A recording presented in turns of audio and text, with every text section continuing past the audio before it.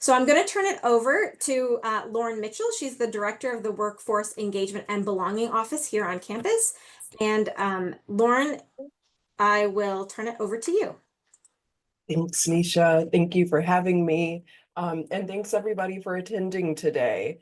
As Nisha said, my name is Lauren Mitchell and I direct our Workforce Engagement and Belonging office.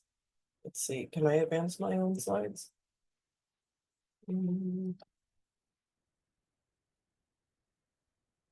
Okay. Yes.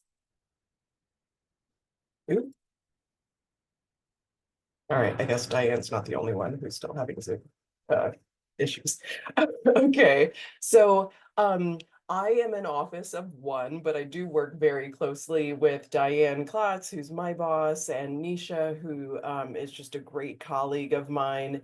But beyond my colleagues in Otis, I work very closely with our Workforce Engagement and Belonging Council. And so this council is made up of representatives from across the Institute, and they all come together to help me identify the priorities for my work here at the Institute. So you can see that we have an open seat actually for a postdoc member. As soon as I sign off of this call, I'm going to go to our council meeting where we're going to be nominating a replacement for that one seat. We also have representation from the grad school. We've got Dr. Alessandra Sacco, who is our grad school dean, but we also have Patrick, who is a graduate student. So this group is responsible for going into their own pockets and corners of the Institute and coming back and kind of forming a think tank about how we can really increase engagement and belonging from each of their perspectives and to include everybody who's on the council and who they represent. So we went through a strategic planning process last year, and this is the vision that we came up for the Institute.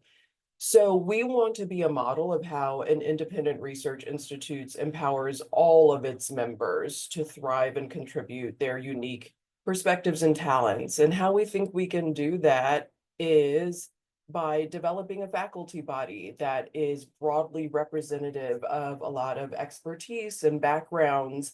And that will, as we all know, diversity increases our ability to do groundbreaking science. So we want to start with that in our faculty.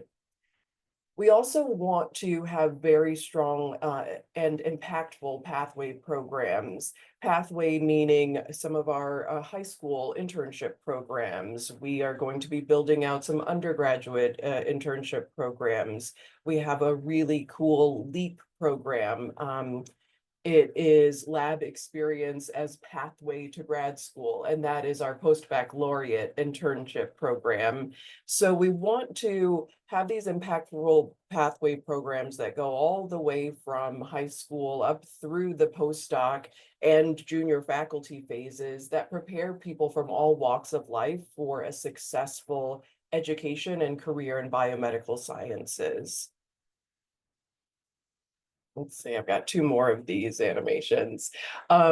We definitely want to recognize the community that is local to us. We are a global community representative of over 30 countries, but we also have a lot of great talent in the San Diego community. We've got lots of community colleges here and several universities.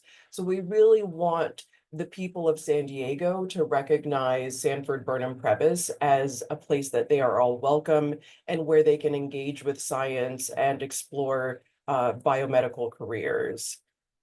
And lastly, we are a very small institute, but we can have a huge impact. And you've heard Nisha talk about the Torrey Pines Training Consortium. I'm sure you'll hear from other presenters about how collaborative we are, not just here at Sanford Burnham Prebys, but across the Torrey Pines Mesa, which is this kind of biotech pharma bubble that's in La Jolla. And so what we are doing is working with others on the Mesa to really grow our impact so that we are small but very mighty. And so this is what this looks like. We do a lot of fun stuff. It's not all fun. It is educational too, and a lot of meaningful community building, policy development, all that. But where you see it reflected is our community and the people. So some of you on the call will recognize yourself in the bottom left photo. We recently had our Rising Stars Symposium, and that's where we invited 9 late stage doctoral students from across the country to come to the Institute, share their research, meet with some of our faculty, network with some of the members of our science network. I also see that Evelyn Sanchez Hernandez is on the call. She's a current postdoc who came to the Institute through the Rising Star Symposium a couple years ago, and she's now in Linda Bradley's lab. You'll see Linda Bradley in the top right photo. This was a panel discussion hosted by our Education and Training Committee, and I work with them very closely on helping our mentors to understand the unique and varied experiences of our trainees, or I shouldn't say trainees, our graduate students and postdoctoral researchers who are in training in their labs, and helping them understand, in this one instance, what it's like to be a woman in science and how to navigate that career path. We have a summer book club that's really fun. We bring together people from across the Institute. I just dropped off a copy of this summer's book to one of the guys in our shipping and receiving department. So we'll have environmental health and safety. I've got a couple lab managers participating this year. I mean, it's just a fun way to learn about something new, read something fun, and engage with people from across the community. I think this is a pretty good sampling of what we do and who we are, but it's ever evolving. So I'm sure the web council members will have some new ideas and strategies for me when we meet today, but I really enjoy the work and our ability to be responsive to the needs and priorities of our community. So with just that little highlight, I will take any questions that anyone has.